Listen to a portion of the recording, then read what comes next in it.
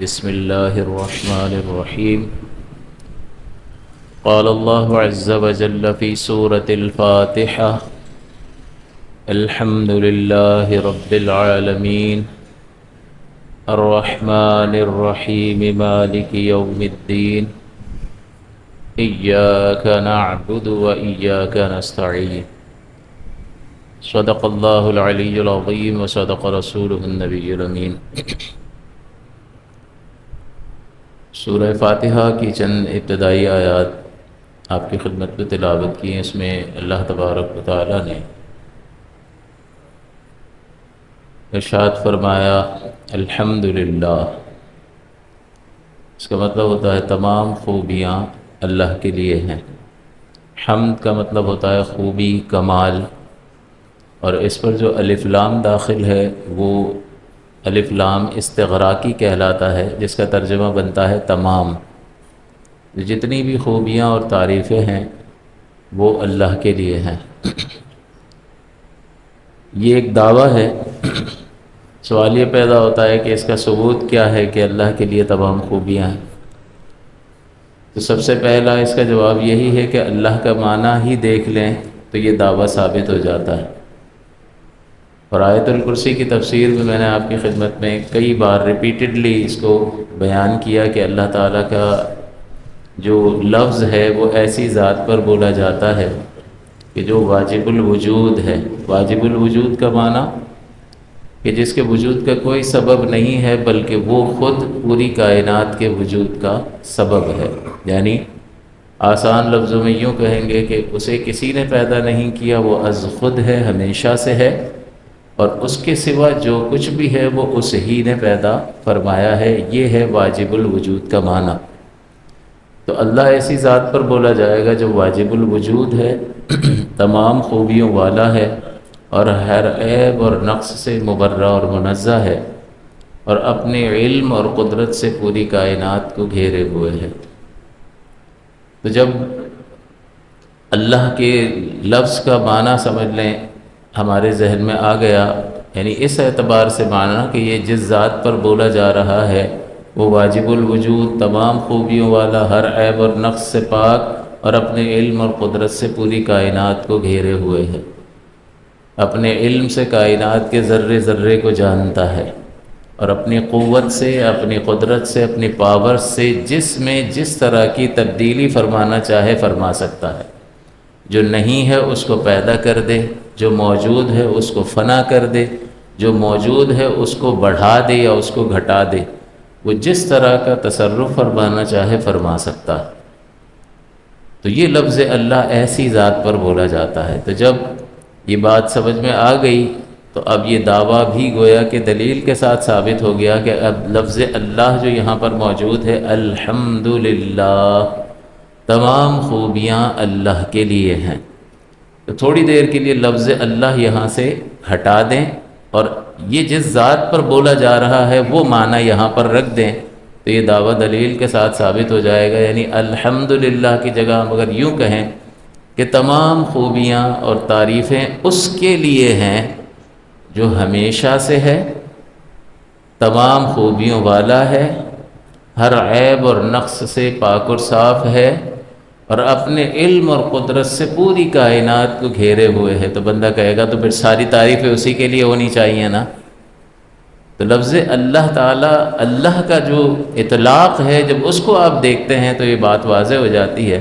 تو بندہ کہتا ہے کہ ہاں، اگر لفظ اللہ کو ہٹا کر اس کی جگہ اس کا معنی رکھ دیا جائے تو دعویٰ بالکل ثابت ہو جاتا ہے کہ تمام خوبیاں اسی کے لیے ہوں گی نا جو ہمیشہ سے ہو. ہمیشہ سے ہے کوئی اور نہیں ہے. تمام خوبیوں والا ہے کوئی اور مستقلاً، جس کو کسی نے کوئی کمال نہ دیا ہو، اس کے اپنے ذاتی کمالات ہوں. ہے کوئی ایسا؟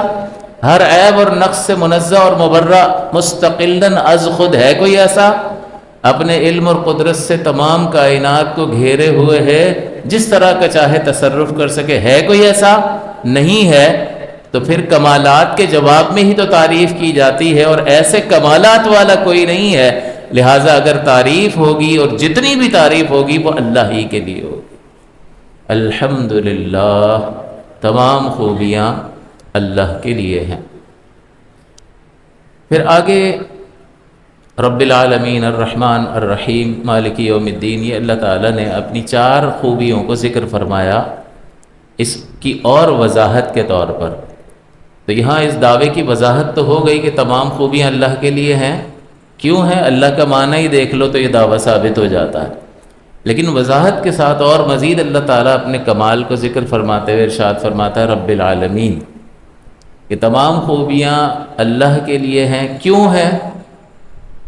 اس لیے کہ وہ عالمین کا رب ہے۔ اب رب کا مطلب یہ ہوتا ہے کہ تبلیغ الشیء الی کمالہ شیئا فشیئا، کسی چیز کو آہستہ آہستہ درجۂ کمال پر پہنچا دینا، یہ ربوبیت کہلاتا ہے، اور ایسا کرنے والا رب کہلاتا ہے۔ تو شے کو، جو چیز نہیں ہے اس کو عدم سے وجود میں لانا، نہیں تھا اور اس کو پیدا کرنا، یہ بھی ربوبیت ہے، اپنے رب ہونے کا اظہار ہے۔ اور پھر اس کی ضرورتوں کو پورا کر کے اسے کمال تک پہنچا دینا، یہ بھی رب ہونا ہے۔ تو اب دیکھیں کہ ایک طرف ہے رب اور ایک طرف ہے العالمین۔ العالمین عالم کی جمع ہے، اور عالم کہتے ہیں اللہ کے سوا جو کچھ بھی ہے وہ عالم ہے۔ تو اب 2 موجودات گویا کہ آپ کے سامنے آ گئے، ایک ہے رب، وہ بھی موجود ہے، اور عالمین وہ بھی موجود ہے، لیکن رب بالکل اکیلا ہے، تنہا ہے، یکتا ہے، اور اس ہی نے تمام عالم کو پیدا کیا ہے، اور وہی عالمین کے ذرے ذرے کی ضرورت کو پورا فرما رہا ہے اور انہیں پال رہا ہے۔ اسی لیے آپ ترجمہ کیا کرتے ہیں رب العالمین کا یا رب العالمین کا؟ عالمین کو پالنے والا۔ تو اللہ کے سوا جو کچھ بھی ہے اس کو پالنے والا اللہ ہے، اس کو عدم سے وجود عطا فرمانے والا بھی اللہ ہے، اور اس کو آہستہ آہستہ کمال پہ پہنچانے والا بھی اللہ۔ ایک بچہ پیدا ہوتا ہے، نہ چل سکتا ہے، نہ اپنا خیال رکھ سکتا ہے، اللہ والدین کے ذریعے اس کی ضرورت پوری فرماتا ہے اور اس کو کہاں پہنچا دیتا ہے؟ ایک مضبوط انسان بنا دیتا ہے۔ ایک چھوٹا سا بیج آپ زمین میں بوتے ہیں، اس کی کیا حیثیت ہوتی ہے؟ یوں آپ انگلیوں سے اس کو مسل سکتے ہیں، لیکن ایک وقت ہوتا ہے کہ اللہ تعالیٰ اس سے ایک کونپل نکالتا ہے، اس سے جڑیں نکلتی ہیں، جڑ نیچے کی طرف چلی جاتی ہے، اور ایک کونپل، ننھی سی کونپل جو ہے وہ زمین کے باہر آ جاتی ہے، اور پھر وہ ایک وقت آتا ہے کہ وہ اپنے کمال کو پہنچ جاتا ہے اور تناور درخت بن جاتا ہے۔ پھر اس تنے کو آپ ہاتھ سے مسل سکتے ہیں؟ نہیں۔ تو یہ اللہ تعالیٰ ہر شے کو پیدا کر کے اسے اس کے کمال نوعی تک پہنچا دیتا ہے۔ تو ہر شے کو پالنے والا رب ہے۔ تو رب جو ہے وہ تنہا اور یکتا، اثر دکھانے والی ذات، اور العالمین جو ہے وہ مؤثر ہے، جس پر اثر دکھایا جا رہا ہے۔ تو ہر ایک جو ہے وہ اللہ تبارک و تعالیٰ کا اپنے وجود میں بھی محتاج ہے، نہ ہونے سے پیدا ہونے میں بھی محتاج، اور اپنے کمال کو حاصل کرنے میں بھی اللہ کا محتاج ہے۔ دوسرا رب کا مطلب ہوتا ہے مالک۔ رب العالمین کا اب ترجمہ بنے گا عالمین کا مالک۔ تو بتاؤ، جو عالمین کا ہر شے کا مالک ہوگا، اس کی تعریف ہوگی یا نہیں ہوگی؟ اور وہ خالق بھی ہے۔ ایک چیز ہوتی ہے کہ آپ مالک ہیں، آئی فون آپ نے لے لیا، آپ آئی فون کے مالک ہیں۔ آپ نے ایک جدید گاڑی لے لی، آپ اس کے مالک ہیں، لیکن آپ نے اس کو بنایا تو نہیں ہے نا۔ لیکن اللہ ایسا مالک ہے کہ اس کو ان تمام جن چیزوں کا وہ مالک ہے ان کو بنایا بھی اس ہی نے ہے۔ تو مالک ہونے کے اعتبار سے بھی اسی کی تعریف بنتی ہے یا نہیں بنتی ہے؟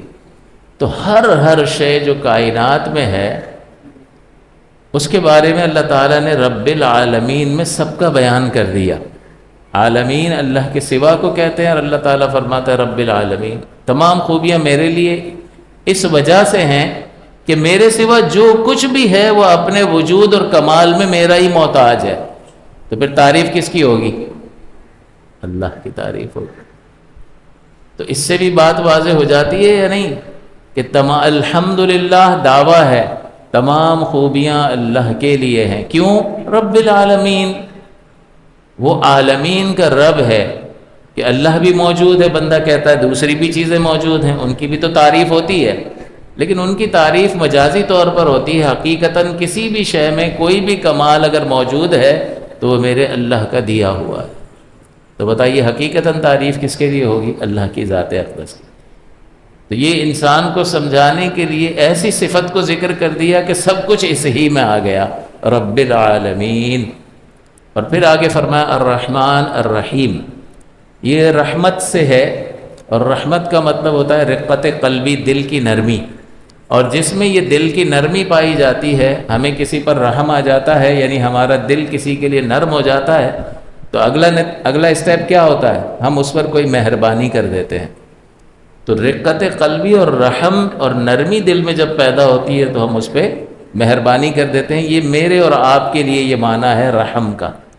لیکن جب اللہ تعالیٰ کی ذات پاک پر رحمان اور رحیم کا لفظ بولا جاتا ہے تو اللہ تعالیٰ تو جسم و جسمانیت سے پاک اور صاف ہے، اور وہ دل سے بھی پاک اور صاف ہے کہ اس کا ایک دل ہو، جسم ہو، اس کے اندر ایک دل ہو، اور دل نرم ہو جائے اور پھر وہ کسی پر مہربانی کر دے، یہ معنی اللہ کے لیے ثابت نہیں ہو سکتا ہے۔ تو پھر سوال یہ پیدا ہوتا ہے کہ اللہ کے رحمان اور رحیم ہونے کا مطلب کیا ہے؟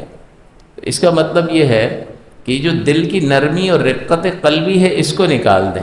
انسان کے لیے ترتیب کیا ہے کہ ہم نے کسی کو کسی حالت میں دیکھا، کسی پریشانی میں، کسی ضرورت میں دیکھا، اس کی وجہ سے دل پر اثر ہوا، نرمی پیدا ہوئی، اور اس کے نتیجے میں ہم نے اس پر مہربانی کر دی۔ تو اس کا مطلب ہمارے لیے 3 اسٹیپس ہیں کہ ہم متاثر ہو گئے، کسی کو دیکھا اور اثر کو قبول کیا، دل میں نرمی پیدا ہوئی، اور پھر انعام دے دیا۔ لیکن اللہ تعالیٰ اثر کرنے والا ہے، اثر کو قبول کرنے والا نہیں ہے۔ وہ رب ہے عالمین کا، تو عالمین پہ اثر وہ کر رہا ہے اور عدم سے وجود میں ہر چیز کو لے کر آ رہا ہے، لیکن اس پر اثر کرنے والی ذات کوئی بھی نہیں ہے۔ وہ کسی بھی چیز کا اثر قبول نہیں کرتا، وہ جیسا ہے ویسا ہے۔ اور وہ کیسا ہے؟ تمام خوبیوں والا اور ہر عیب اور نقص سے مبرہ اور منزہ ہے، ایسا ہے ہمارا رب۔ تو اب جو ہر کمال والا ہو اور ہر عیب اور نقص سے مبرہ اور منزہ ہو، تو اس میں مزید اثر کیا دکھایا جا سکتا ہے؟ اگر کہیں کہ اللہ اثر قبول کرتا ہے تو اس کا مطلب پہلے جس درجے پر تھا اس سے اوپر چلا گیا، تو اس کا مطلب پہلے جہاں تھا وہ نقص تھا، اب کمال والا ہو گیا۔ تو اللہ تعالیٰ کے اثر کو قبول کرنے کو مان لینے کا مطلب یہ ہے کہ اللہ تعالیٰ کو عیب والا مان لیا جائے۔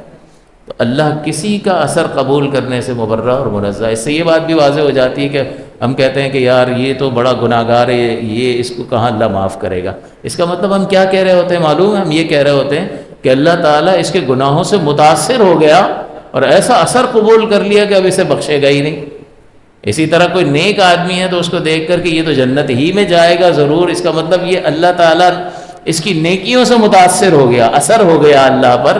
اور اللہ تعالیٰ بھائی وہ غنی ہے، غنی بے پرواہ ہے۔ ہاں اس نے وعدے فرمائے ہیں، نیک کو اللہ تعالیٰ اجر عطا فرمائے گا اور اس کی سوچ سے بھی زیادہ عطا فرمائے گا، اور جو نافرمانی کرے گا اس کے لیے سزا بھی رکھی ہے، لیکن اللہ تعالیٰ اثر قبول نہیں کرتا۔ تو یہاں پر جو رحمان اور رحیم کا مطلب ہے، اس کا مطلب یہ ہے کہ ہم پر تو خارجی چیزیں اثر انداز ہوتی ہیں، پھر دل نرم ہو جاتا ہے، پھر ہم کسی پر مہربانی کرتے ہیں، ہمارے لیے 3 اسٹیپس ہیں، لیکن اللہ پر کوئی اثر نہیں کر سکتا۔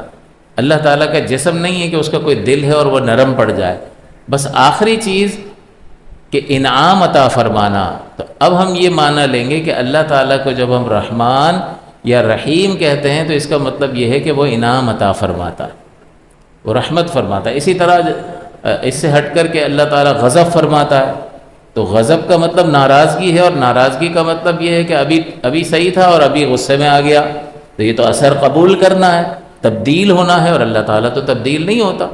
ہم بیٹھے تھے، اچھے بھلے بیٹھے تھے، کسی نے آ کے گالی بک دی، اثر ہوگا یا نہیں ہوگا؟ اور پھر ہم غصے میں آئیں گے، اس کے اثر کو قبول کریں گے اور پھر کوئی جوابی کارروائی ہوگی۔ یہ انسان کا اور بشر کا معاملہ ہے۔ اللہ تعالیٰ غضبناک ہوتا ہے، ناراض ہوتا ہے، اس کا مطلب یہ نہیں ہے کہ وہ اثر کو قبول کرتا ہے، بلکہ اس کا مطلب یہ ہے کہ ہم ناراض ہوتے ہیں تو کیا ہوتا ہے کہ کسی کی بات کا اثر قبول کیا، دل میں غصہ پیدا ہوا اور جوابی کارروائی کی۔ ہمارے یہ 3 اسٹیپس ہیں، لیکن اللہ تعالیٰ کے ناراض ہونے کا مطلب یہ ہے کہ وہ سزا دیتا ہے، بس وہ اثر قبول کر لیتا ہے، پہلے کسی اور کیفیت میں تھا اب غصے میں آ گیا، یہ ایسا کچھ بھی نہیں ہے۔ تو رحم فرمانے اور ناراض ہونے کا صحیح کانسیپٹ ہمارے ذہن میں ہونا چاہیے، تبھی تو ہمیں پتہ چلے گا نا، ہم اپنے رب کو پہچانیں تو صحیح، اس کے بارے میں باتیں سنیں تو صحیح، علم حاصل تو کریں تو ہمیں پتہ چلے کہ وہ کتنا بلند اور بالا ہے، اور صحیح سوچ اور فکر اس کی ذات اقدس کے بارے میں ایک مسلمان کے ذہن میں کیا ہونی چاہیے۔ تو یہاں اللہ تعالیٰ نے رب العالمین فرمایا کہ وہ عالمین کا پالنے والا ہے، اور پھر فوراً اپنی صفت کمال رحمان اور رحیم کو ذکر فرمایا۔ رحمان خواہ اللہ تعالیٰ کی ذات پاک کے ساتھ خاص ہے، بندے کو رحمان نہیں کہہ سکتے، ہاں اس لیے کہ رحمان میں اتنا رحمت والا معنی ہے، اس کا مطلب یہ ہے کہ اس کی رحمت ہر شے کو گھیرے ہوئے ہے۔ تو اور کوئی بندہ ایسا ہے نہیں کہ ہر شے کو اس کی رحمت مستقلاً گھیرے ہوئے ہو، کہ اس میں وہ کسی کا محتاج نہ ہو، لہٰذا رحمان اللہ کے سوا کوئی بھی نہیں ہے۔ اس لیے رحمان نام ڈائریکٹ اگر کسی کا رکھ بھی نہیں سکتے، ناجائز ہے، اور اگر کسی کا نام عبد الرحمن ہے تو اس کو رحمان پکار بھی نہیں سکتے، عبد الرحمن پورا پکاریں گے۔ ہاں رحیم جو ہے وہ اللہ تعالیٰ نے اپنے لیے بھی فرمایا اور اپنے حبیب کریم صلی اللہ علیہ وسلم کے لیے بھی فرمایا، حریص علیکم بالمؤمنین رؤوف الرحیم، کہ یہ مومنوں کی بہت بہت بھلائی چاہنے والے ہیں، مومنوں پر حریص ہیں، بالمؤمنین رؤوف الرحیم، مومنوں پر رؤوف بھی ہیں اور رحیم بھی ہیں۔ تو اپنے لیے بھی رحیم فرمایا اور حضور کے لیے بھی براہ راست رحیم فرمایا۔ تو رحیم کا معنی ٹھیک ہے، مخلوق پر اس کا اطلاق ہو سکتا ہے، لیکن رحمان کے معنی کا اطلاق نہیں ہو سکتا۔ اب سوال یہ پیدا ہوتا ہے کہ رب العالمین کے فوراً بعد اللہ تعالیٰ کی بہت ساری صفات تھیں یا نہیں تھی؟ اس کے تو 99 نام ہیں، اور ہر نام اللہ تعالیٰ کے ایک کمال کی نشاندہی کرتا ہے یا نہیں؟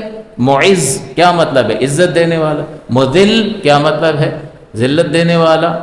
اسی طرح سے منتقم انتقام لینے والا، اسی طرح ملک عطا فرمانے والا، ملک چھیننے والا، بہت ساری صفات اس کی ہیں یا نہیں ہیں؟ رزق دینے والا، رزاق، رازق، شفا دینے والا، شافی، بہت ساری صفات ہیں۔ تو یہاں پر الرحمن اور رحیم ہی کا ذکر کیوں؟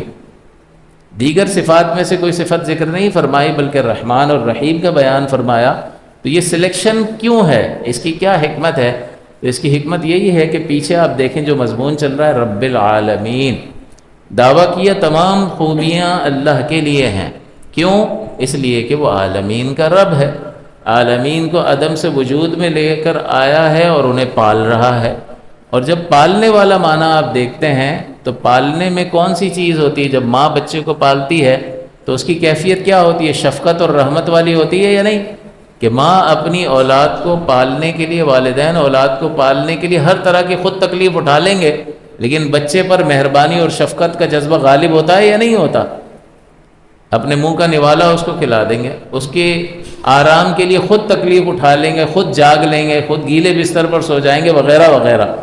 تو پالنے کا جہاں پر تصور آتا ہے وہاں پر رحمت کا تصور آتا ہے، کہ پالنے کے لیے تو پھر رحمت کی ضرورت ہوگی اور انتہائی رحمت کی ضرورت ہوگی۔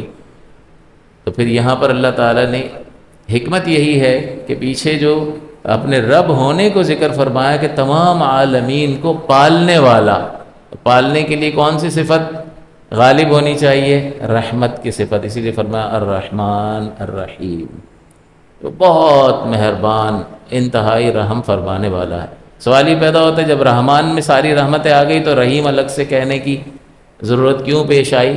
تو اس کی صاحب در مختار نے اس کے بارے میں لکھا ہے کہ اس میں یوں تطبیق کی جا سکتی ہے کہ رحمان میں بہت زیادہ رحمت والا معنی ہے تو یہ دنیا کے ساتھ خاص ہے، کہ یہاں پر مسلمان اور کافر ہر ایک کو اللہ کی نعمتیں پہنچ رہی ہیں، تو یہاں پر اللہ تعالیٰ کے رحمان ہونے کا ظہور ہو رہا ہے۔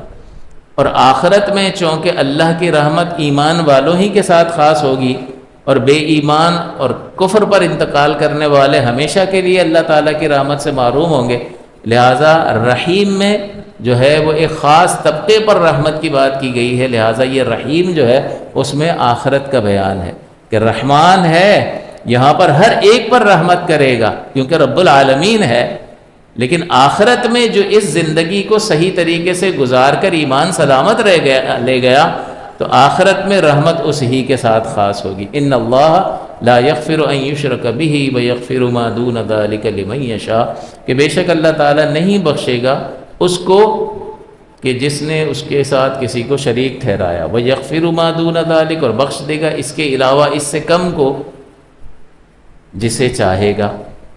تو گناہگار اپنے مقام پر، لیکن جو بے ایمان ہے اس کے لیے رحمت نہیں ہے۔ تو یہ فرمایا کہ بھئی رحمان دنیا کے ساتھ ہے، سب کے لیے رحمت عام ہے، کیونکہ رحمت کا بہت زیادہ معنی ہے اس میں، اور رحیم جو ہے آخرت کے ساتھ خاص ہے۔ اور ایک اور اس کا معنی بیان کیا کہ رحمان سے مراد بڑی بڑی نعمتیں اور رحمتیں ہیں، وہ بھی اسی سے طلب کی جائیں گی، اس ہی کی طرف رحمت کے لیے رجوع کیا جائے گا۔ اور چھوٹی سے چھوٹی نعمت جو ہے وہ رحیم جو ہے اس سے یہ معنی واضح ہوتا ہے کہ رحیم بھی فرما دیا کہ تمہیں کوئی چھوٹی سے چھوٹی بھی چیز چاہیے ہو تو تم اسی کی بارگاہ میں رجوع کرو۔ حتیٰ کہ اب اس کا سبب یہ ذکر کیا، مثال وہی لکھی ہوئی ہے وہاں پر بھی کہ ایک بادشاہ ہے، اس کے پاس جا کر آپ جو ہے وہ بڑی چیز مانگو کہ بھئی بادشاہ ہے، اس کے شایان شان کوئی چیز مانگو۔ اب بادشاہ کے پاس جا کر کہنے لگے کہ بھئی تھوڑا نمک دینا، جوتے لگائے گا بادشاہ اس کو کہ میں نمک دینے کے لیے بیٹھا ہوں تیرا یہاں۔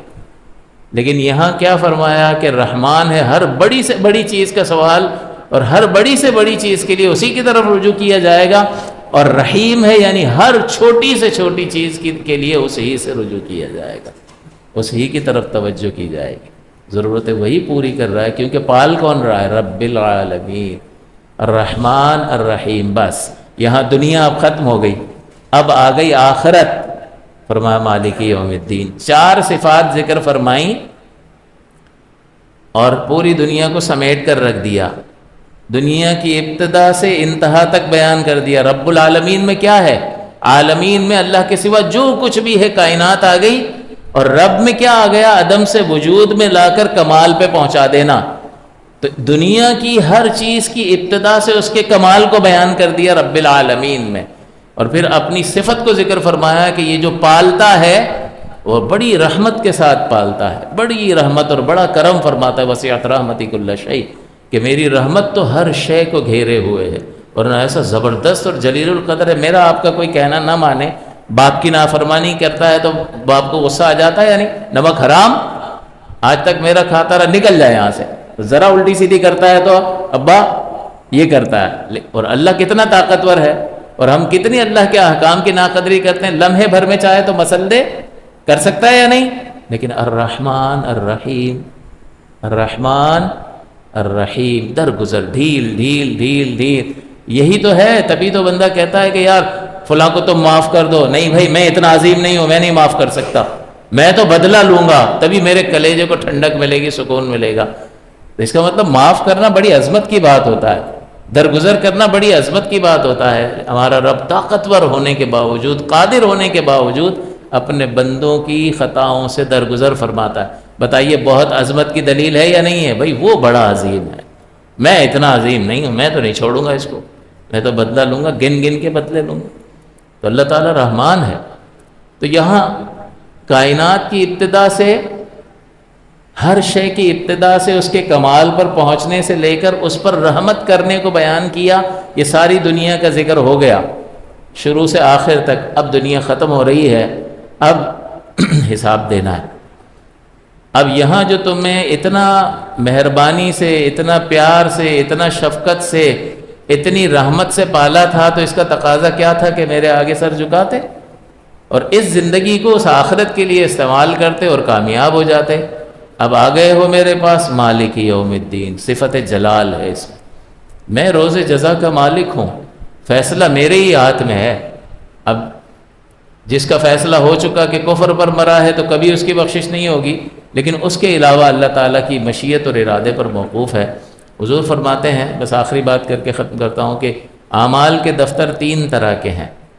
ایک دفتر وہ ہے کہ جس کو اللہ تعالیٰ ہرگز نہیں بخشے گا، یہ کفر اور شرک ہے، اس کو تو معاف نہیں فرمائے گا، جیسا کہ میں نے آیت بھی آپ کو سنائی۔ دوسرا دفتر وہ ہے جس کی اللہ کو کوئی پرواہ نہیں ہے، یہ حقوق اللہ ہیں، کوئی نماز چھوڑ گئی، کوئی روزہ چھوڑ گیا، زکوٰۃ وغیرہ نہیں دی، یہ اللہ اور بندے کے درمیان ہے۔ حضور فرماتے ہیں اللہ کو اس کی کوئی پرواہ نہیں ہے، چاہے تو پکڑ لے اور چاہے تو درگزر فرمائے۔ اور ایک دفتر وہ ہے کہ اس میں اللہ تعالیٰ کچھ بھی چھوڑے گا نہیں مگر بدلہ دلوائے گا، یہ حقوق العباد ہے، کہ بندے کا اگر کوئی حق غصب کیا ہوگا تو پھر وہ آ جائیں گے اور نیکیاں اس کی لے کر چلے جائیں گے۔ لیکن اللہ تعالیٰ بڑا کریم اور رحیم ہے کہ لوگوں کو کہے گا کہ بھئی چلو آ جاؤ، جو مظلوم آ جائیں اور اس ظالم سے وصول کر لیں، تو وہ ظالم کہے گا یا اللہ دنیا ختم ہو گئی، اب میرے پاس کچھ ہے بھی نہیں، میں کیسے ان کا قرض ادا کروں، کیسے ان کو راضی کروں، کس طرح کروں، کچھ ہے ہی نہیں میرے پاس۔ اللہ تعالیٰ فرشتوں کو فرمائے گا اس کی نامہ اعمال میں دیکھو نیکیاں ہیں یا نہیں ہیں، حالانکہ وہ جانتا ہے کہ ہیں یا نہیں ہیں۔ فرشتے عرض کریں گے یا اللہ نیکیاں ہیں، تو اللہ تعالیٰ فرمائے گا اس کی نیکیاں نکالو اور ان مظلوموں کو دے دو، اور وہ نیکیاں نکال کے مظلوموں کو دی جاتی رہیں گی، حتیٰ کہ سارے مظلوم کا حساب ہو جائے گا، سب چلے جائیں گے۔ اب اللہ تعالیٰ پوچھے گا کہ بتاؤ اس کے نامہ اعمال میں کچھ رہ گیا یا نہیں، تو فرشتے عرض کریں گے یا اللہ سب ختم ہو گیا، ایک ہی نیکی بچی ہے۔ تو اللہ تعالیٰ فرمائے گا اس کی ایک نیکی کو کئی گنا بڑھا دو اور اس کو جنت میں ڈال دو، ایک نیکی۔ وَإِن تَكُ حَسَنَةً يُضَاعِفْهَا، اگر نیکی ایک بھی ہوگی تو اللہ تعالیٰ اس کو کئی گنا بڑھا دے گا، لیکن لے کر تو کچھ جائے نا آدمی۔ تو یہ تین طرح کے اعمال کے دفتر ہیں، جس میں سب سے زیادہ خطرناک چیز تو شرک اور کفر ہے، اور دوسری خطرناک چیز حقوق العباد کا مسئلہ ہے کہ اس میں جو ہے انسان کو ذرا بھی جو ہے وہ کسی کا حق غصب نہیں کرنا چاہیے۔ ایک اور چیز کہ یہ جو مظلوم آ کے نیکیاں لے کر چلے جائیں گے ساری نیکیاں، لیکن اس میں روزہ کوئی لے کر نہیں جا سکے گا، کیونکہ روزے کا اجر کسی کو پتہ ہی نہیں ہے۔ آپ کو معلوم ہو نا کہ بھئی یہ نیکی جو ہے، یہ والی نیکی کی ہے، اس کا ویسے ضابطہ یہ ہے کہ 1 کا 10 ملتا ہے، اور اگر اللہ اسے بڑھاتا ہے تو 1 کو 700 گنا کر دیتا ہے، 1 کا 700، تو یہ طے شدہ ہے اور فرشتوں کو بھی معلوم ہے اور وہ لکھ رہے ہوتے ہیں۔ لیکن روزے کے بارے میں فرمایا الصوم لی وانا اجزی بہ، روزہ میرے لیے ہے، کیونکہ یہ میرے لیے اپنے کھانے پینے کو ترک کر دیتا ہے۔ دوسری عبادت کی ایک ظاہری شکل و صورت ہوتی ہے، نماز، حج، زکوٰۃ، یہ دکھانے کے لیے بھی کیا جا سکتا ہے، لیکن روزے میں وہ کیا فیل کر رہا ہے تھوڑی تھوڑی دیر میں، پیاس لگ رہی ہے، بھوک لگ رہی ہے، بے چینی ہو رہی ہے، ہر بات کو تو انسان بیان ہی نہیں کر سکتا، یہ اس کے اور رب کے درمیان ہے، تو یہ کیوں تکلیف اٹھا رہا ہے؟ میرے لیے اٹھا رہا ہے۔ اللہ فرماتا ہے الصوم لی، روزہ میرے لیے ہے، وانا اجزی بہ، اور میں ہی اس کی جزا دوں گا۔ تو اس کی جزا کسی کو پتہ ہی نہیں ہے کہ اس کا بدلہ کیا ہے، تو یہ مظلوم آ کے روزہ نہیں لے سکے گا۔ روزہ اللہ تعالیٰ فرماتا ہے روزہ میرے لیے ہے، یہ نہیں لینے دوں گا، اس کا تو اجر ہی اتنا ہے کہ اس کا کوئی حساب نہیں کر سکتا۔ اور شارحین حدیث نے فرمایا کہ اجزی نہ پڑھیں اور پیسو وائس پڑھیں، ایکٹیو وائس نہ پڑھیں، اس کو پیسو وائس بنا کے پڑھیں اجزا بہ، اس کا مطلب ہے روزہ میرے لیے ہے اور میں خود ہی اس کا بدلہ ہوں، یعنی اللہ کا دیدار اس کے بدلے میں نصیب ہوگا۔ تو دنیا جہاں کی نعمتیں جو اللہ جنت میں عطا فرمائے گا وہ بھی ایسی ہیں کہ انسان کے خواب و خیال میں نہیں آ سکتی۔ وہ نعمتیں ایک طرف ہوں اور ایک طرف ہمارے رب کا دیدار ہو، بتاؤ کون سی چیز افضل ہے؟ زبردست ایسی نعمت ہے کہ انسان بس ایک بار اس کو ایک جھلک دیکھ لے۔ موسیٰ علیہ السلام نے ارادہ فرمایا، گزارش کی، اللہ نے فرمایا آپ نہیں دیکھ سکتے، یہاں نہیں دیکھ سکتے، آخرت کا معاملہ اور ہے، یہاں نہیں دیکھ سکتے، یہاں صرف دیکھنا زندگی میں ان آنکھوں سے میرے اور آپ کے آقا صلی اللہ علیہ وسلم کے ساتھ خاص ہے، جو معراج کی شب آپ کو یہ دیدار کرایا گیا ہے، اس کے علاوہ کسی کے لیے نہیں۔ لیکن موسیٰ علیہ السلام جلیل القدر رسول ہیں، تو فرمایا چلو تم دیکھو، پہاڑ پر تجلی کرتے ہیں اور تم ریفلیکشن دیکھو، ڈائریکٹ مت دیکھنا، تم پہاڑ کو دیکھو، اگر پہاڑ اپنی جگہ ٹھہر گیا تو تم بھی دیکھ سکو گے۔ لیکن ہوا کیا کہ جب پہاڑ پر تجلی فرمائی تو پہاڑ ریزہ ریزہ ہو گیا اور موسیٰ علیہ السلام بے ہوش ہو گئے۔ لیکن پھر فرماتے ہیں کہ اس کے بعد جو آنکھوں کی بینائی ہو گئی وہ ایسی ہو گئی کہ کئی میل کی مسافت پر رات کے گہرے اندھیرے میں کالے پتھر پر کالی چینٹی کو میں دیکھ لیتا تھا۔ یہ ہے اللہ تبارک و تعالیٰ کے دیدار کا ریفلیکشن دیکھنے کی برکت۔ تو ڈائریکٹ جو اپنے رب کو دیکھے گا اس کی برکات کیسی ہوگی اور اس کی لذتیں کیسی ہوں گی، وہ بیان سے باہر۔ یہ تو جب دیکھیں گے تو بتا سکیں گے۔ تو روزہ میرے لیے اور میں ہی اس کا بدلہ ہوں۔ تو روزے کی آپ بہت زیادہ اہتمام کرنا چاہیے، صحیح طریقے سے اس کو تمام حقوق کے ساتھ اس کو ادا کرنا چاہیے۔ تو اللہ تعالیٰ نے یہاں فرمایا مالک یوم الدین، روزے جزا کا مالک ہے۔ تو اس 4 صفات میں اللہ تعالیٰ نے گویا کہ کائنات کی ابتدا سے لے کر کائنات کی انتہا کو بیان کر دیا، اور ڈے آف ججمنٹ آ گیا، فیصلے کا دن آ گیا۔ یہ کمال نہیں ہے؟ اتنے سے جملے میں پوری کائنات کے تمام رازوں کو اللہ تعالیٰ نے بیان کر دیا، اور پھر فرمایا نتیجہ کیا نکلتا ہے؟ تمام خوبیاں اللہ کے لیے، کیوں؟ اس لیے کہ وہ اللہ ہے اور عالمین کا رب ہے، عالمین میں کوئی اس جیسا ہے ہی نہیں، اس ہی کے سب محتاج ہیں، اور وہ رحمان ہے، رحیم ہے، اور روز جزا کا بھی وہی مالک ہے. نتیجہ کیا نکلے گا؟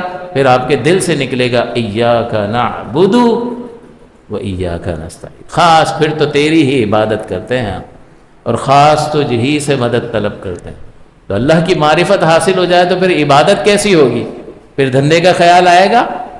نماز میں حساب کتاب کا نہیں آئے گا کہ کس کے آگے کھڑا ہے، قیوم کے آگے کھڑا ہے، حی کے آگے کھڑا ہے، جو ساری کائنات کے نظام کو چلانے والا، رحمان ہے، رحیم ہے، رب العالمین ہے. تو کیا سوچ رہا ہے؟ یہ حساب کتاب کر کے تو کچھ حاصل کر لے گا؟ جب تک قیوم نہیں چاہے گا تجھے کچھ بھی نہیں ملے گا. جب تک رب العالمین کو فیصلہ نہیں کرے گا تجھے کچھ بھی نہیں ملے گا. تو کہاں تو مخلوق کی طرف توجہ کرتا ہے، عالمین کی طرف توجہ کرتا ہے؟ رب کی طرف توجہ کر، اس لیے کہ عالمین کی تمام تر ضروریات کو وہ رب ہی پورا فرما رہا. جب یہ تصور ذہن میں اور قلب میں بالکل بیٹھ جائے تو بتاؤ غیر کا تصور آئے گا؟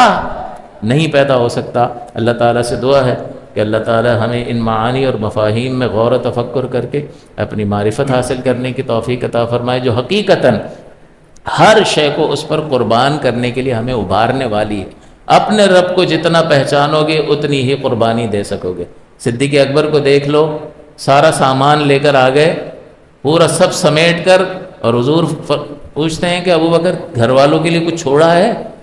حضور گھر والوں کے لیے اللہ اور اس کا رسول کافی ہے. اللہ کافی نہیں ہے؟